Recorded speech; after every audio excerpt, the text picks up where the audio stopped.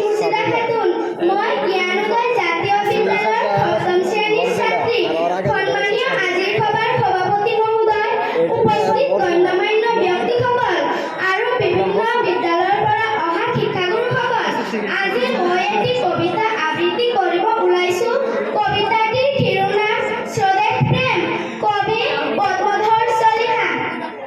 স্বদেশ প্ৰেম ধৰণে জনম কেৱে এই মৰতত খিলাময় কৰি তাৰ হিয়া। এয়ে মোৰ জন্মভূমি বুলি মনে মনে এবাৰ বুজি পোৱা নাই কিয়া। আনৰ দেশৰ পৰা উলটি আহোঁতে ফুৰি চাকি ভৰ মোৱা হৈ জ্বলা নাই হিয়া যাচ স্বদেশ প্ৰেমেৰে। আছেনে কোনোবা এনে ঐ? আছে যদি এনে কোনো এনে কাৰ্চিত চিনি থবা তাক ভালকৈ। তাৰ বাবে গায়কৰ উৎসাহ